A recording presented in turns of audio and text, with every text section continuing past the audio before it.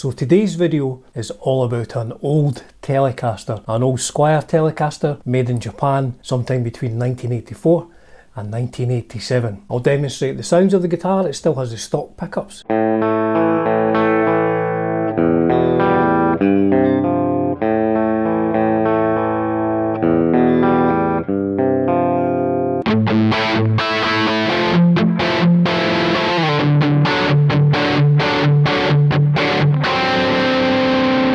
We'll look at the specs of the guitar. Now, as this guitar is 40 odd years old, as you would expect, it does have a bit of playwear, and at the end, I'll apologise in advance, there's a very long jam over just a backing track that I downloaded.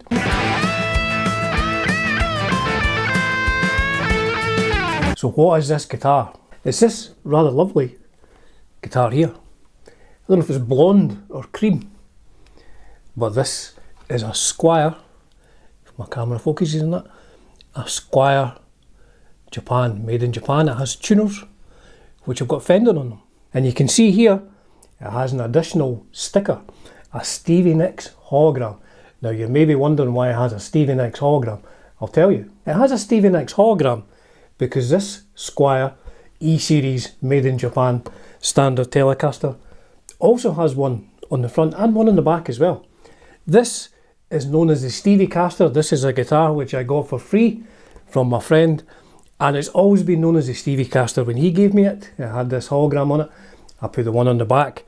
I have changed a lot on this guitar, but I haven't as yet changed anything on this. This is all stock, apart from that sticker. So these guitars, the Squier standard Telecasters, the E-Series, made between 84 and 87.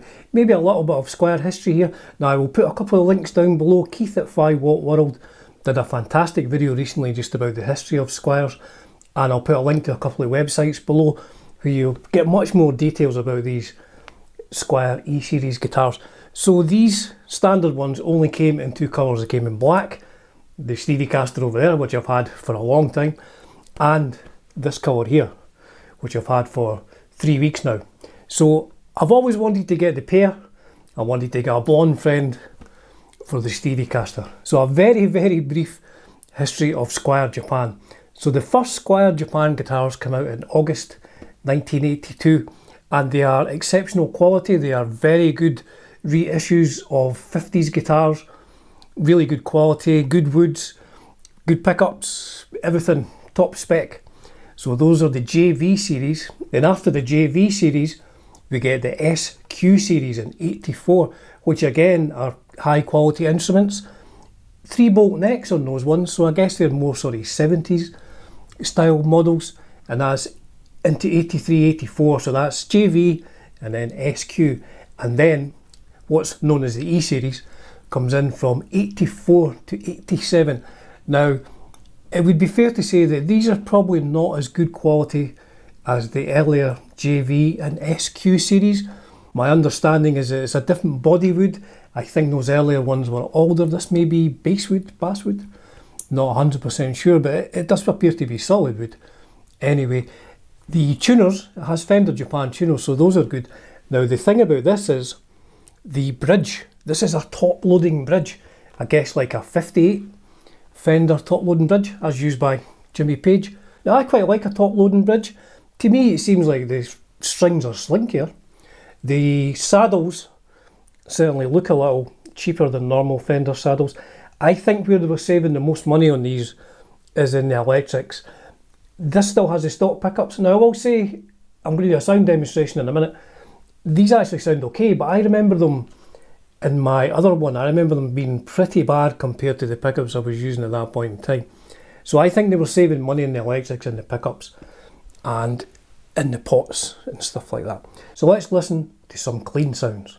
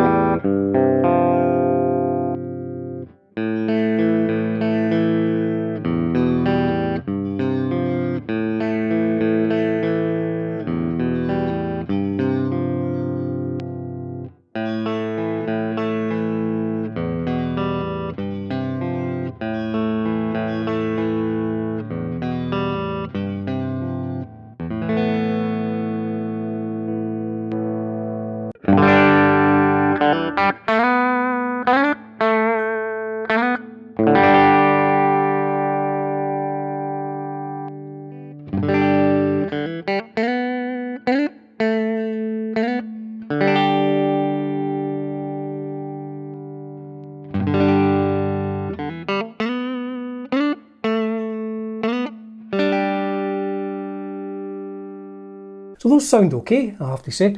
I mean, they're not the greatest pickups I've ever heard, but they're alright. But I remember when I had the original ones, there was a lot of feedback. I think these are Alnico 5 pickups maybe. There was loads of feedback from the bridge pickup, so that is why I changed in the other one. But clean, these sounded okay in that sound sample. So I'll do some more overdriven sounds in a bit, but let's have a look at the construction of this guitar. Now, as this guitar is 40 odd years old, as you would expect, it does have a bit of playwear, good honest playwear there, a few chunks out of the finish, quite a thick poly lacquer on top of the paint here. I'm not sure if the colour's yellow, cream or whatever. The saddles there, individual saddles. Now I've seen people describe them as cheap. I don't have any huge issue with them. The pickup, that stock pickup there, now that's the original tone and volume knobs, which are kind of tarnished there. I'm not 100% sure if that's the original pickguard scratch plate. There's the neck pocket. I couldn't work out what that says in it, but what I'll do is I'll take the pickguard off. So the neck pickup is screwed direct into the body like most Telecasters. Does look to be solid wood. Let's look under the bridge plate. It's a top loading bridge, so no holes through the body there, if I can get this off. And there's the earth there. So I'm not sure what these pickups are, if they're made by Squier. I mean, I guess they probably are. And then there we have, I don't know if it'll be the dates on the pots. So I'm not sure if this is, it looks to me like there's been work done in here, but that's what's in it now. So there's the back, not much to see here, a few dents and things on that, and it has a 4-bolt neck plate. It doesn't have anything on the neck plate, it's not made in Japan or anything like that. That's on the headstock. Skunk stripe there. Got a comfortable feeling neck. And Fender Japan tuners. Now I have seen these with different tuners, but these are quite good tuners, I have to say. So let's look at the front of the neck. Look at the frets. Quite good condition, that has to be said. For a 40-year-old guitar, I think these are the original frets. One-piece maple neck. Not too much dents or pitting on the frets. Dot markers, not sure what the nut is made of. Now the adjustment for the truss rod is at the base end of this. So Fender, Squier, made in Japan. There's the bottom of the neck. Now my other Squier Japan Telecaster has a neck date written on there in pencil. This one doesn't, but it does have TL354, which is the model number. I've seen these with different model numbers actually.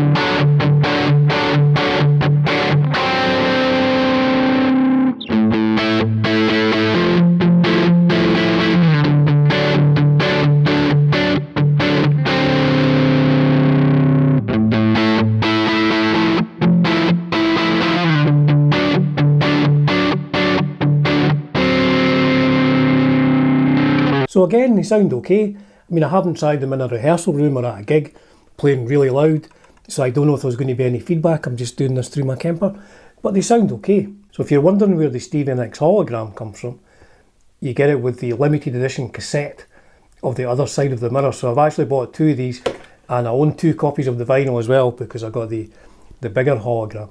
So do I have any plans to change anything on this? Well, I have bought a black pickguard which I'm thinking of putting on here. I think it looks more kind of traditional with the black one, but let me know what you think. But that's certainly one thing I'm planning on doing. Now the other thing I'm going to do is I'm going to try different pickups in this. I have a Tone Rider neck pickup and a bare knuckle bridge pickup. So I'll A/B them in a video, and I'll see which I prefer. Again, I will need to use this in a rehearsal situation or in a gig situation. So that's the future plans. I may put a black pickguard on it, but I'll definitely be trying other pickups in it as well, just to see what they sound like. Again, you know, you have to try pickups in battle conditions, you know, up really loud in a rehearsal situation or even a gig situation, just to make sure A, they sound okay, and B, there is no squealing microphonic feedback. So the very last part of the video is a genuine one take extended jam over just a backing track that I downloaded. So you hear the sounds of the stock pickups, and I also used a Lagrange overdrive pedal just to push it even further. As ever folks, it's a privilege and a pleasure bringing you content on Dunsy's Guitar World. Cheers for now.